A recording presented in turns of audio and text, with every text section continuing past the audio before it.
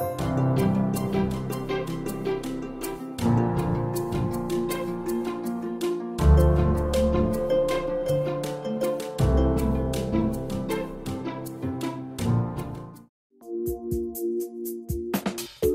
Alexander Sasha Josipovits from Studio Pyramid in Toronto, and this is one of our latest projects. It's a two-story, 4,000 square foot penthouse in mid-Toronto, and it has been designed as an open concept.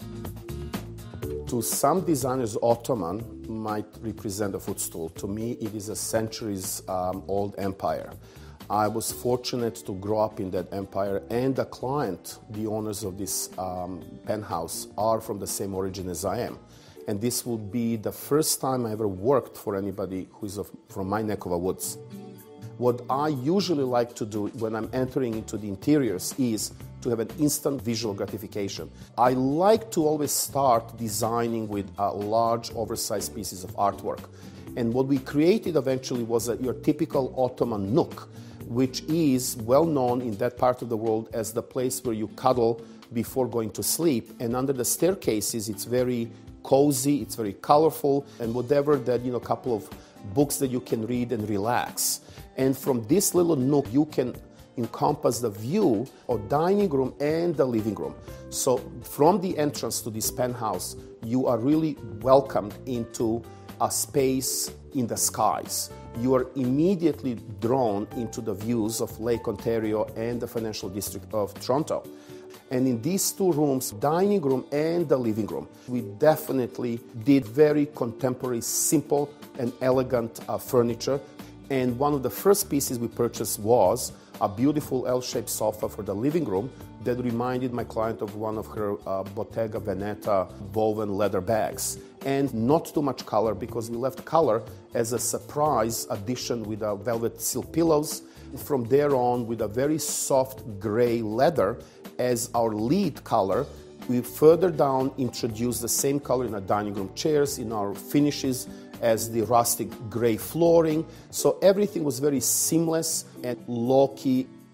Most of the furniture that I have chosen appear to be very angular, very contemporary, but I always save curves and oblong pieces to be introduced in the interior through unexpected pieces, such as a freestanding sculpture that in this case divides dining room from the living room, or in the glass, hand-blown black glass drops, or in the art as well, which it brings an imagination to the space. I decided to continue reproduce the same principles in the kitchen and the family room by introducing very square furniture pieces, very square kitchen, and then in between slice it with a wonderful curved oversized banquette, curved table, and a very soft edging in art side tables. And I was very happy that for the first time in my career I could use color as a cultural references. So when I started designing the kitchen and the family room, I definitely oriented my efforts towards a bright, beautiful Ottoman green color. The green definitely dominates in black splash and a custom hood.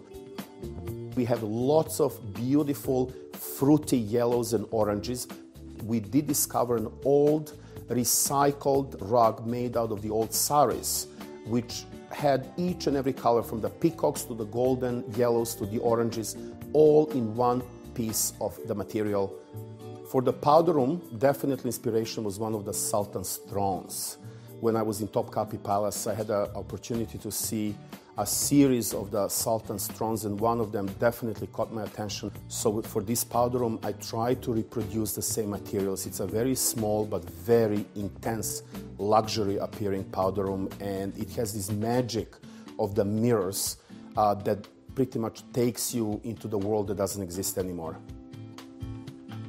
Climbing up to the second floor with a glass railing and an unusual bocce lights by Vancouver designer Omar, you feel that you're riding on a magic carpet, because the oversized two-story wall as a focal point of the staircase is made out of wallpaper that appears to be an old Turkish kilim.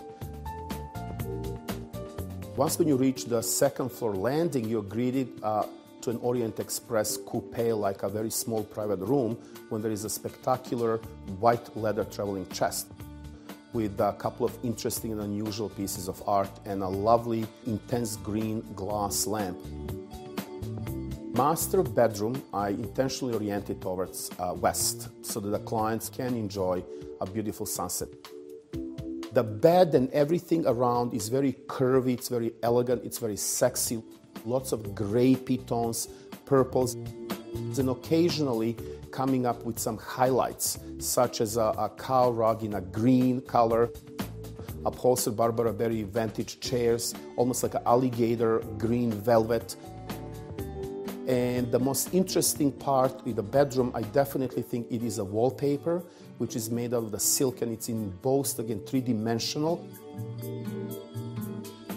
And trying to calm down everything with a very simple rug.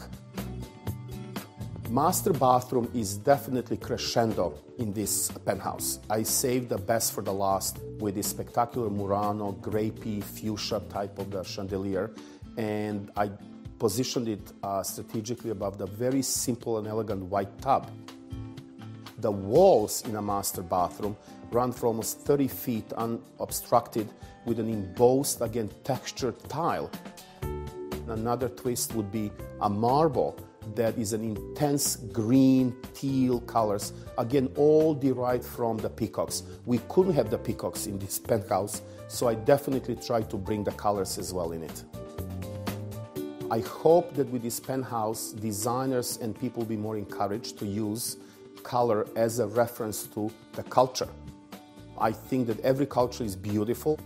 I think this specific one, you can summarize it in one sentence, that this penthouse to me does represent a perfect Turkish delight.